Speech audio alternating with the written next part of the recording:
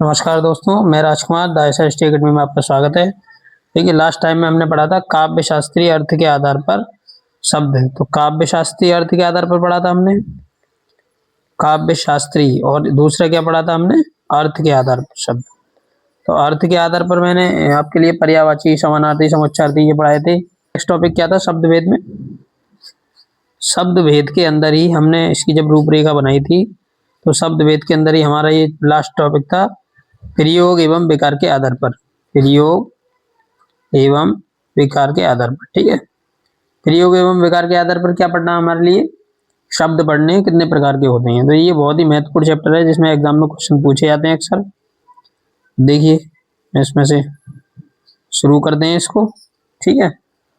और आज जो मैंने क्वेश्चन दिए थे जिसमें वोटिंग की थी हमने, उनमें से कुछ क्वेश्चंस भी मैं आपको बताऊंगा लास्ट में किस तरीके से वो सॉल्व होंगे, जिसमें कुछ गलत आंसर आए हैं हमारे पास और कुछ ठीक आए।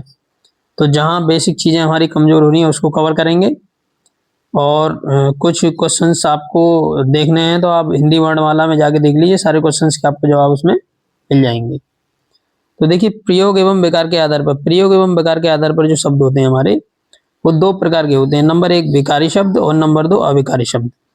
तो विकारी शब्द है क्या, इसकी परिभाषा आप नोट कर लीजिएगा, क्योंकि विकारी शब्द की ये पूछ लेता है कि एक्चुअल में ये होते क्या हैं। तो विकारी शब्द वे शब्द होते हैं जिनमें लिंग, वचन, कारक और काल आदि के आधार पर परिवर्तन किया जा सके, ऐसे शब्दों को हम क्या बोल सकते हैं, विकारी शब्द। मतलब लिंग के आधार पर अगर लिंग चेंज होता है तो उसमें शब्द परिवर्तित हो जाएगा। जैसे लड़का है, लड़का का अगर लिंग चेंज कर देंगे तो क्या हो जाएगा, लड़की, ठीक है। इस पे किसका फर्क पड़ा, लिंग के आधार पर। वचन का देखिए, एक वचन है, बहुवचन बना दीजिए इसको, लड़के, परिवर्तन आ जाएगा इसमें। इसी तरीके से कारक, कारक के आधार पर भी हम इसमें परिवर्तन कर सकते हैं, उसका उसने हो जाता है, ठीक है। ये क्या है, इनमें चेंजेस आ रहा है। जब इनमें चेंजेस आ रहा है तो ये आपके सारे के सारे विकारी, मतलब जिसमें विकार पैदा हो जाए, विकार उत्पन्न हो जाए, ऐसे शब्दों को हम क्या बोलते हैं, विकारी शब्द बोलते हैं। इसी तरीके से अविकारी शब्द होते हैं। अविकारी शब्द कौन से होते हैं आपके, अविकारी शब्द वे होते हैं जिनमें लिंग, वचन, कारक, समय, काल आदि के आधार पर कोई भी परिवर्तन नहीं होता। जैसे कि मैं एक शब्द ले लेता हूं, जैसे, इसमें आप परिवर्तन करिए किसी के आधार पर, और कोई परिवर्तन करके दिखाइए, इसमें नहीं होगा, किसी भी तरीके से इसमें परिवर्तन संभव नहीं है। इसलिए हम इनको क्या बोलते हैं, अविकारी शब्द, अर्थात जिनमें कोई भी विकार उत्पन्न ना हो, वो सदैव ऐसे ही रहते हैं जैसे हैं। विकारी शब्द में कौन कौन से शब्द आते हैं आपके, संज्ञा आती है, सर्वनाम आता है, संज्ञा, सर्वनाम, क्रिया विशेषण, क्रिया विशेषण, समुच्चयबोधक, विस्मयादिबोधक, संबंध बोधक, और इसमें एक पॉइंट और रहेगा, आप इसको नोट कर लीजिएगा, जिसको हम बोलते हैं निपात। क्या बोलते हैं, निपात। तो ये निपात भी इसी के अंदर पढ़ेंगे हम, और निपात सबसे लास्ट टॉपिक रहेगा, जिसमें से एक या दो क्वेश्चन, आप एक क्वेश्चन तो पूछा ही जाता है एग्जाम में निपात में से। किस तरीके से पूछा जाता है ये मैं आपको बताऊंगा।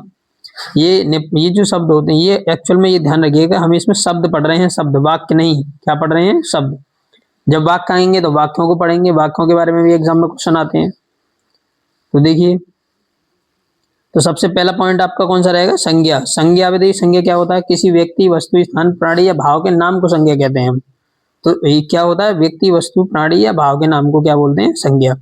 तो संज्ञा कितने प्रकार की होती है, 5 प्रकार की होती हैं। सबसे पहले आप देख सकते हैं व्यक्तिवाचक संज्ञा है, व्यक्तिवाचक संज्ञा। तो व्यक्तिवाचक संज्ञा प्रॉपर नाउन होता है ये आपका।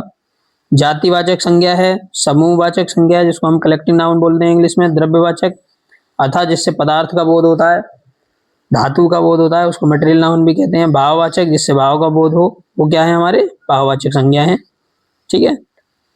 इसमें देखिए अब आगे, तो सबसे पहला पॉइंट क्या है हमारा, संज्ञा। संज्ञा में सबसे पहला पॉइंट रहेगा हमारा व्यक्तिवाचक संज्ञा, प्रॉपर नाउन।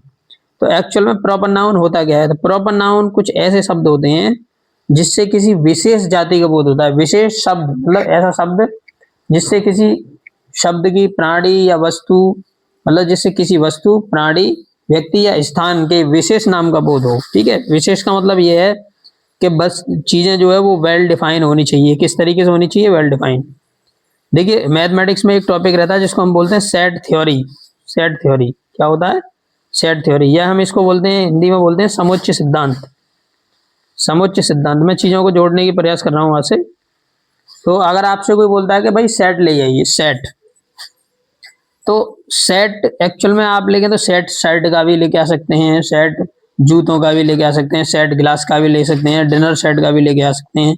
तो ये चीज एकदम वेल डिफाइंड नहीं है। सेट का मतलब होता है जब चीजें वेल डिफाइंड हो। अगर आपसे पूछा है डिनर सेट लेके आइए, तो आप वो चीजें क्या होगी, वेल डिफाइंड होगी। तो इसी तरीके से प्रॉपर का मतलब ये है, कोई बात जब हमें प्रॉपर बताई जाए तब उसका मतलब होता है प्रॉपर या व्यक्तिवाचक संज्ञा।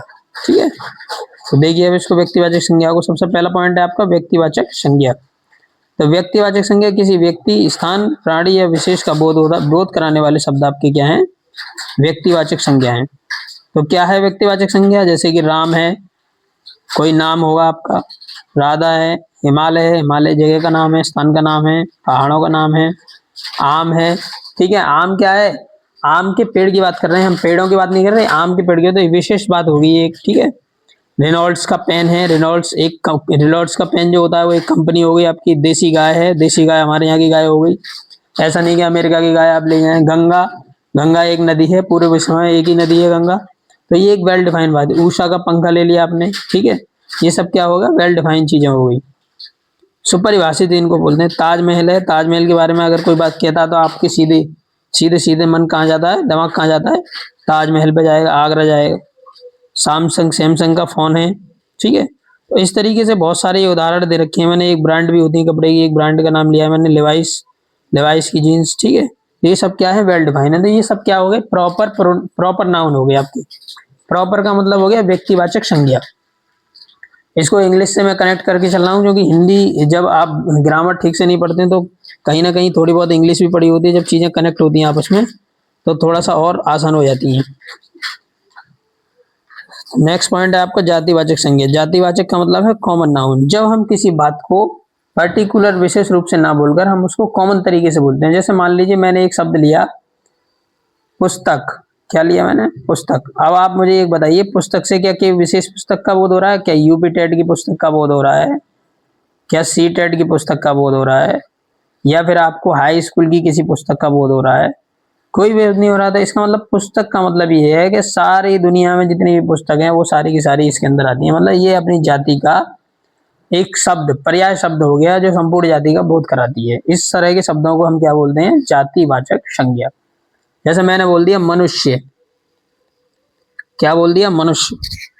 और मनुष्य क्या है, मनुष्य का संपूर्ण ब्रह्मांड में या संपूर्ण दुनिया में जितने भी आपके मनुष्य हैं वो सारे के सारे इसके अंदर आ जाते हैं।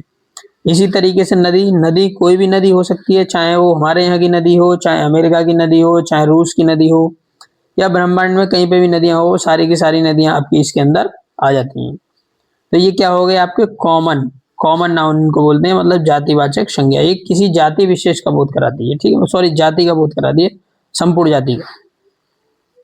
फिर आपके मैंने इसमें कुछ नाम लिए हैं। महीना, महीना कोई सा भी हो सकता है। अध्यापक, कोई भी अध्यापक हो सकते हैं। पुस्तक है, सर्प पूरी बहुत तरह के सर्प पाए जाते हैं। कोबरा पाया जाता है, कर्त, कॉमन कर्त पाया जाता है।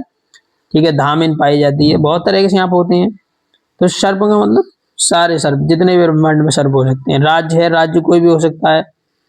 जिला है, कोई भी जिला हो सकता है। न्यायालय है, ये कॉमन शब्द हैं, ये सबके लिए बोले जाते हैं। सुप्रीम कोर्ट हो, हाई कोर्ट हो, जिला न्यायालय हो, सत्र न्यायालय हो, सारे के सारे इसमें आ जाएंगे आपके। अब नेक्स्ट पॉइंट है आपका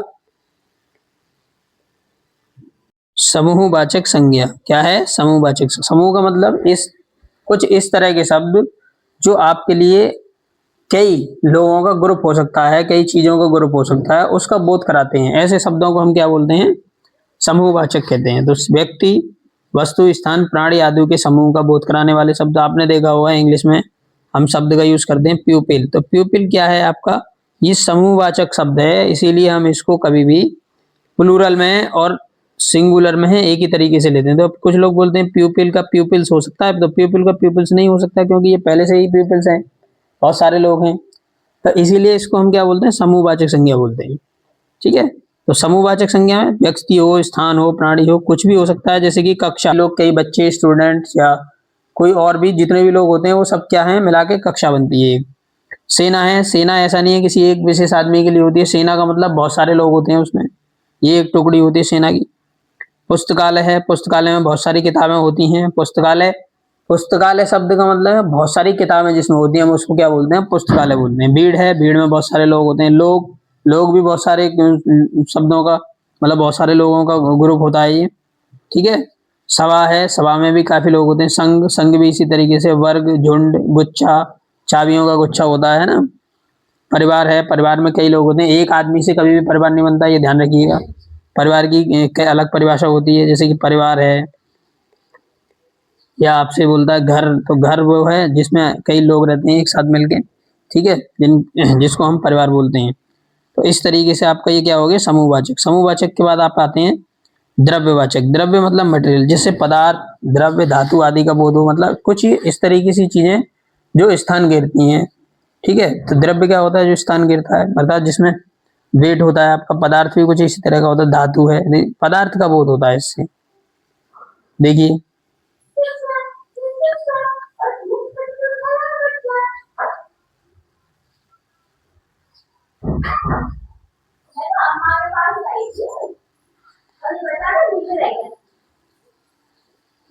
तो द्रव्यवाचक संज्ञा। द्रव्यवाचक संज्ञा क्या है, धातु, द्रव्य, पदार्थ आदि का बोध कराने वाले शब्द। जैसे कि सोना है, सोना क्या है, आपकी धातु है, बहुत ही महत्वपूर्ण धातु है, जिसको महिलाओं को सबसे ज्यादा पसंद होती है ये धातु। चांदी है, घी है, ठीक है। तो घी घी घी भी क्या है, आपका पदार्थ है, ठीक है। फिर देखिए तेल है, चावल है, लोहा है, लकड़ी है, चीनी है, आटा है, ठीक है। इसी तरीके से पीतल है, चूना है आदि। फिर बहुत सारे शब्द हो सकते हैं। कुल मिला के ये है कि आपको ये समझ में आना चाहिए कि मटेरियल नाउन या द्रव्यवाचक संज्ञा होती क्या है। अगर ये समझ में आ गया आपके, तो फिर यहाँ से जो भी क्वेश्चन आएंगे आप आसानी से कर सकते हैं। अब नेक्स्ट टॉपिक है आपका इसमें भाववाचक संज्ञा, ठीक है। 5वां नंबर हमारा ये चल रहा है भाववाचक संज्ञा का। तो भाववाचक संज्ञा का मतलब ये होता है कि भाव, जो भाव बताता हो, कोई भी ऐसी चीज जो भाव प्रकट करती है, ऐसे शब्द जो भाव प्रकट करते हैं वो क्या होते हैं, संज्ञा। देखिए सबसे पहले मैंने इसमें हरियाली लिया है। हरियाली ये जो है एक भाव प्रकट करता है। ये शब्द कई बार एग्जाम में पूछा भी गया है कि हरियाली क्या है, आपका भाव है, ठीक है।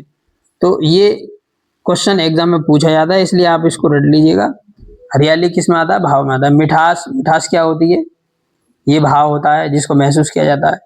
जब आप मीठा खाते हैं तब मिठास महसूस होती है। ऐसा नहीं है कि मीठा खाने से ही मिठास महसूस, किसी के शब्दों में भी मिठास हो सकती है, किसी को देखने में भी मिठास हो सकती है। तो उस मिठास की अलग अलग परिभाषा हो सकती है। इसी तरीके से हरियाली, ऐसा नहीं है कि हरियाली सामने जो पेड़ दिखाई दे रहे हैं वही आपके लिए हरियाली। तो बहुत सारे लोगों को पेड़ों में भी हरियाली नहीं दिखाई देती। तो हरियाली एक्चुअल में क्या है, जब आदमी स्वस्थ होता है, अच्छा महसूस करता है, तब उसको क्या बोलते हैं, हरियाली। तो उसको पूरी जितनी भी चीजें उसको दिखाई देती है वो सब क्या है, हरियाली है एक तरीके से। जब मनुष्य को अच्छा लगता है तब उसके अंदर एक भाव पैदा होता है जिसको हम हरियाली बोलते हैं। बचपन है, बचपन क्या होता है, एक भाव होता है। अपनापन, सर्वस्व, क्रोध, क्रोध भी एक भाव है जिसको मूल संवेग कहा जाता है। प्रेम है, ये भी मूल संवेग होता है, ये भाव है। ईमानदारी भी एक भाव होता है जिसको देखा या छुआ नहीं जा सकता। तो मतलब कुछ ऐसे शब्द जिनको देखा या छुआ नहीं जा सकता, वो उनको हम भाव बोलते हैं। सॉफ्टवेयर, एक सॉफ्टवेयर के तरीके से होते हैं ये, मतलब ये सॉफ्टवेयर होते हैं ना, उसी तरीके से ये होते हैं हमारे, इनको देखा या छुआ नहीं जा सकता, ठीक है। तो भलाई है, भलाई को भी आप देखा या छुआ नहीं जा सकता, ये गुण होता है आदमी का। बुराई है, अच्छाई है, और भी बहुत सारे शब्द हो सकते हैं इसमें। यात्रा, बीमारी, खेल, लंबाई, लेख, उड़ान, प्रवीणता, है ना, निपुणता, दुर्बलता, कमजोरी, सर्दी, गर्मी, सब क्या है, ये सारे के सारे, शत्रुता, मित्रता, ये सारे के शब्द भाववाचक संज्ञा में आपके आते हैं। अब देखिए यहाँ पे हमारा जो एक पॉइंट और रहेगा उसको मैं और क्लियर करा देता हूँ आपके लिए। नेक्स्ट कुल मिला के ये है कि आपका जो नेक्स्ट टॉपिक रहेगा, वो नेक्स्ट टॉपिक क्या रहेगा, सर्वनाम। क्या रहेगा, सर्वनाम। देखिए सर्वनाम,